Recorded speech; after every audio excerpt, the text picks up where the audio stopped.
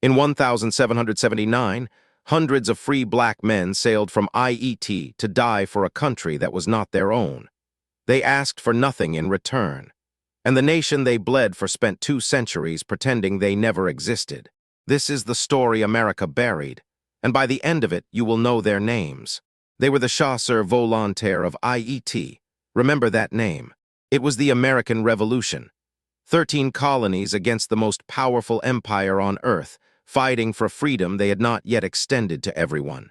And they were losing. The British had seized the city of Savannah, and the war in the South was slipping away. So France crossed the Atlantic with a great fleet to help the Americans take it back. And in the colony of Ayiti, a call went out. Free men of color, proud and skilled, yet treated as half-citizens in the land of their own birth. They lived in a world that told them every single day that they were less, that their freedom was a privilege that could be taken, not a right that was truly theirs. They say we are not full men, so let us cross the sea and bleed like men. Let them try to deny us then.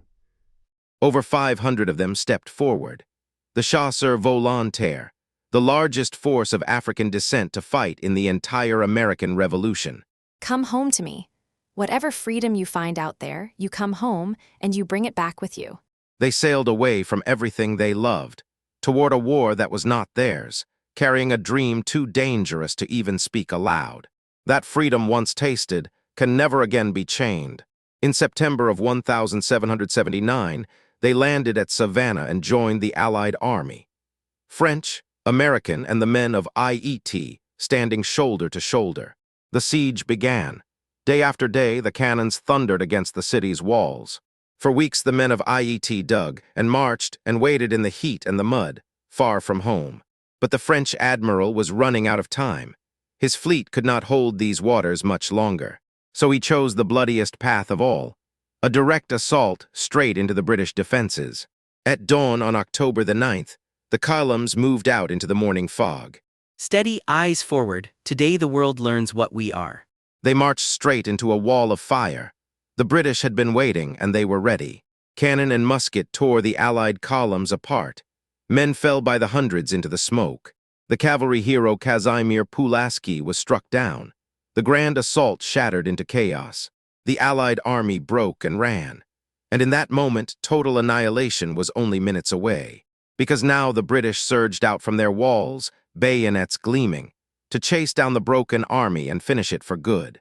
And there, between the fleeing army and the British blades, stood the men of Ayiti. The Chasseurs-Volontaires did not run, they turned, and they formed a line. Hold, for every man behind us you hold, not one step back. Bayonet against bayonet, they met the charge head-on. Outnumbered, outgunned, and exhausted, and still they would not break. The flag stayed up. Every time it fell, another hand lifted it back out of the smoke. Wave after wave, they held the line, buying every second of escape with their own blood. Don't let them through. Take the flag. Hold it higher than me.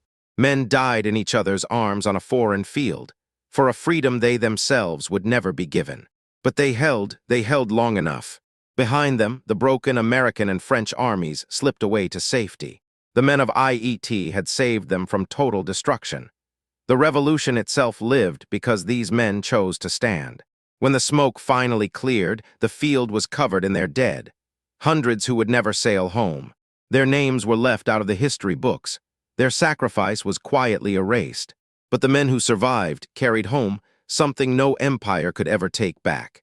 Because look closely at who stood in those ranks. André Rigaud, Louis-Jacques Beauvais, Jean-Baptiste Bellay, and a 12-year-old drummer boy named Henri Christophe. A child who beat his drum through the screaming and the cannon fire, and somehow lived.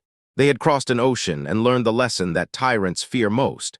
That free men, with weapons in their hands, can stand against anyone on earth. And 12 years later, that lesson became an inferno. The Haitian Revolution. The enslaved people of Ayiti rose up, shattered their chains, and defeated the greatest empires in the world. And in 1804, they did what history swore was impossible. They built the first free black republic on earth. I was a boy on that field of fire at Savannah. I will not kneel, I will not be a subject. I will die a free man and a king. The drummer boy of Savannah, Henri Christophe, became a king of Ayiti.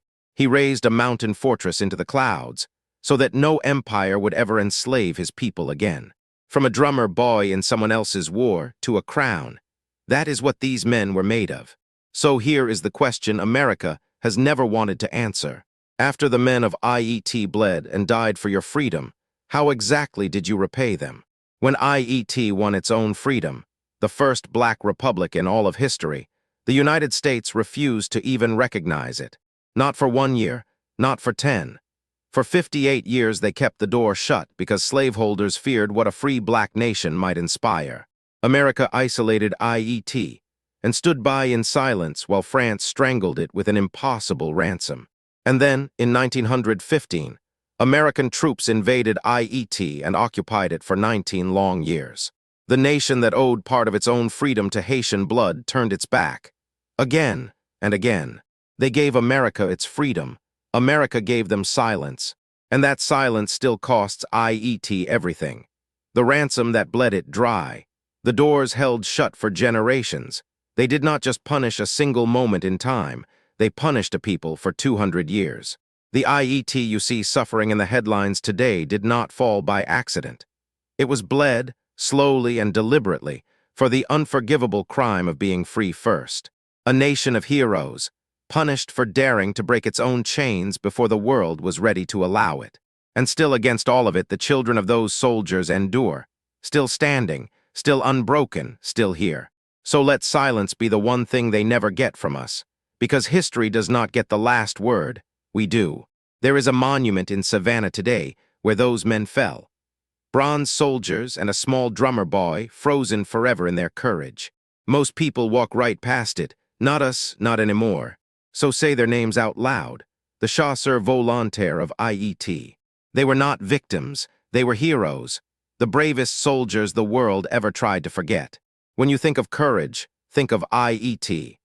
The free men who crossed an ocean to hand a stranger his freedom and asked only to be called men. So stand and salute them. Ayiti, your sons were giants, and we will remember them forever. This is the history they tried to erase. If these heroes moved you, then honor them. Subscribe and share their names, the truth before history.